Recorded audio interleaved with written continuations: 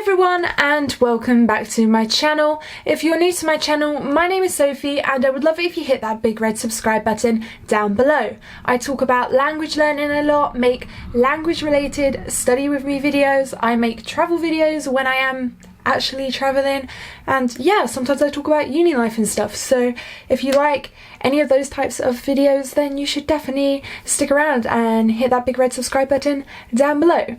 So for today's video, I'm going to be talking about things that I wish I knew before I started to learn French.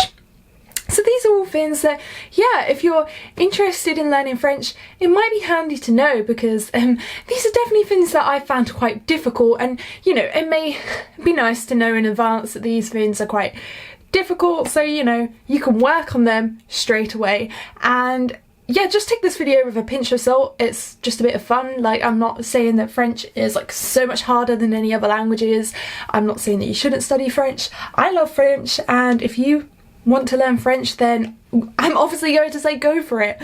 As you know, I tell you all, you should learn languages. If you want to learn languages, I'm not saying you should all go learn a language, but I do try to encourage you to want to learn a language. So yeah, just take it with a pinch of salt. It's just a bit of fun, but these are some things that, yeah, maybe if I'd known a bit sooner, I may have started working on them sooner, and these are some things that I've personally struggled with whilst learning French, and yeah, I'm still learning French, and some of these things I still kind of struggle with a bit.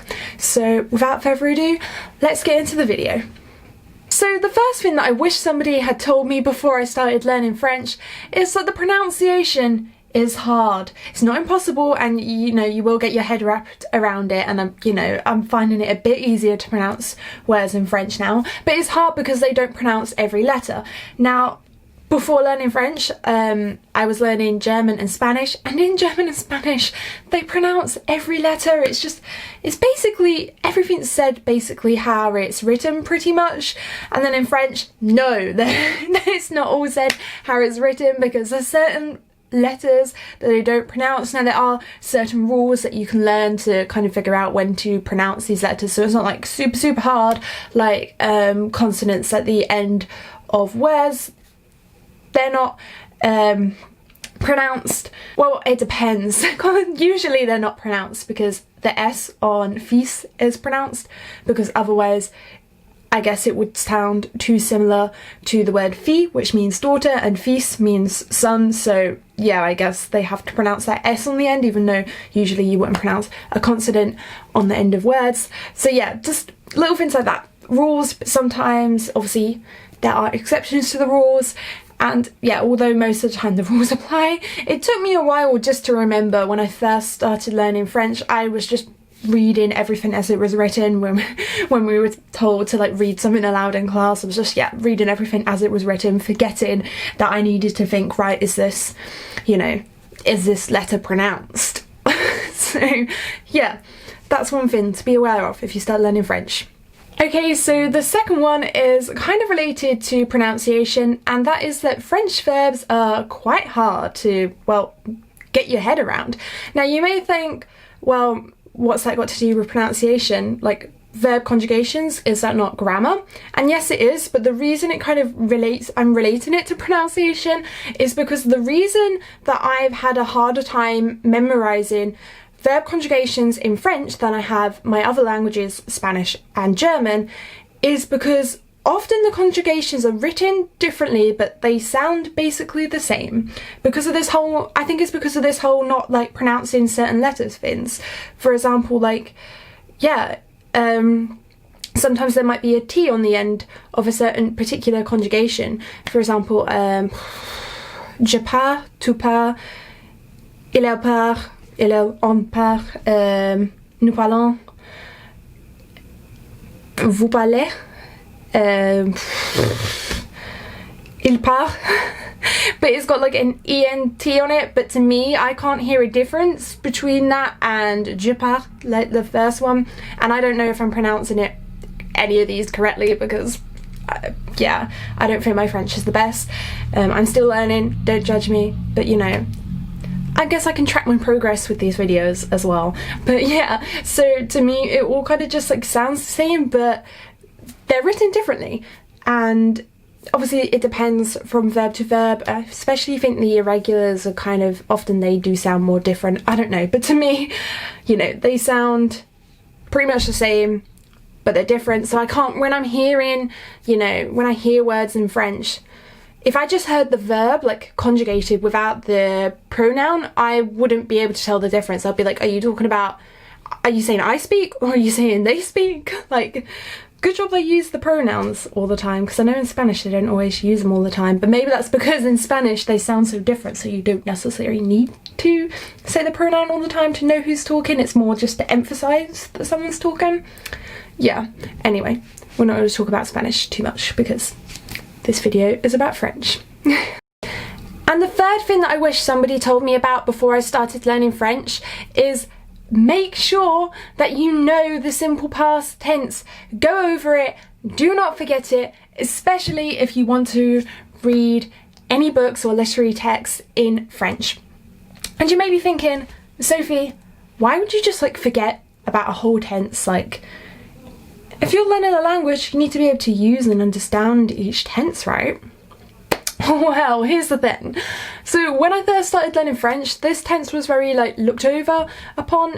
I can't even remember if we even spent half an hour on it on my beginners like French class. I think we literally just touched upon it, and yeah, I think it may be like half an hour. I think we were also looking at some other grammar point in that lesson, and I think we focused a lot more on the other grammar point, and we were basically told like this tense isn't used anymore, nobody uses it in speaking, it's literally only found in like books and poems and literary tense. You only need to be able to really recognise it, not be able to use it. So here are the basic like conjugation forms, look at them, memorise those, you're sorted. And I looked at them and I was like, I can memorise those, I don't need to use this, yep. Whatever, I'll just memorise those, I'll remember them and I'll recognise them in text. Come to read it, my first book ever in French, Le Petit Prince, highly recommend it. I feel like it's the book that quite a lot of people start with, very good book for beginners, yeah. And yeah, when I started reading that book, the simple past is used in it a lot, and to be honest, I'd forgot the basic conjugations for it, so it took me a while to realise that they were talking in the past tense about certain things. I could kind of recognise some verbs and was like, oh yeah, I know this verb, but what is this weird form? Like, I completely forgot that this tense existed, and I was like, oh yeah, it's that tense they told us to recognise. Recognised it, but I didn't recognise the irregulars. So I was looking up words in dictionaries that like I already knew, spending loads of time looking up basic words and just not being able to read this book straight. Also there's this verb book that I've got at the moment that I'm using to go over French verbs, because like I said earlier, sometimes I struggle with French verbs and I feel like I've forgotten a lot of basic conjugations, and I just wanted a workbook with exercises and answers in the back so I can go over the French verbs. When it talks about the past tense subjunctive, I can't even remember what it's called, le subjonctif passé, I don't know. And when it talks about that, the like explanation on how to work out what ending the verbs have, how to conjugate them, literally involves using the conjugations for the simple past and then just taking off like the little bit at the end. I can't even remember what bit at the end, I've already forgotten. Great. But yeah, so it's good to know the simple past, because one way to figure out what the past subjunctive is to know your conjugations for the simple past. And also, like I said, if you want to read anything in French, you're going to need it to know it, and learn the regulars as well. And the fourth thing that I wish somebody told me is to do an awful lot of listening practice, because listening in French is quite hard, especially at the beginning. And you know, this is something I should have known, and this is something, yeah, I do a lot of listening practice anyway. I've always done a lot of listening practice in each of my languages. I find it quite a fun way to learn languages as well, because you can find some stuff that you're interested in to listen to, you know, find shows to watch that you're interested in, and you can get hooked on some of these shows and it doesn't feel like you're doing work, it doesn't feel like you're revising, but you're still learning stuff. But I don't know, like French, it was just hard. And yeah, listening is something that I always find the hardest at the beginning. I found it was the thing that I found the hardest for German and Spanish at the beginning as well, but one day it just clicked like that, and now alongside with reading, listening is the easiest thing for German and Spanish for me. Like when we have listening exams at uni, I'm worried about them as I am any exam, but I'm less worried about them than exams where I actually have to produce stuff in the language, you know, like speaking exams and written papers where I actually have to like write an essay in them or whatever, where I actually have to think, how does this language work constantly. Anyway, yeah, it's just easier because I guess we, even in our own language, we can all recognise more words than we actually use. I think it's called like passive and active vocabulary. We will have like a much higher passive vocabulary than we do active vocabulary.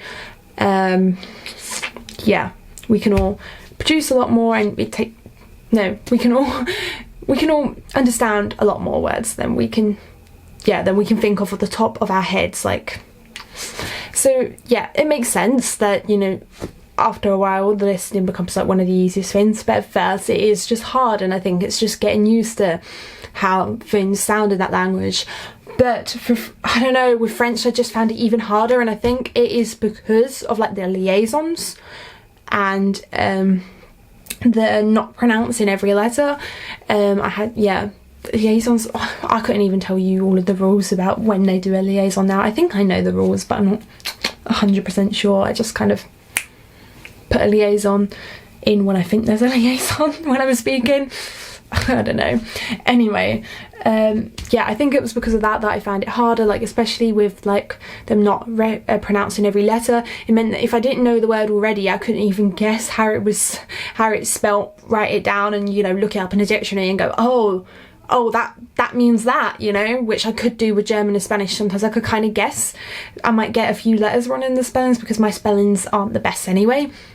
But I could kind of guess and still find the word in a dictionary and look it up, whereas French, no, I can't do that. So when there's no option to put the subtitles in French, it means that, yeah, there's potentially a lot of new vocab that I can't pick up because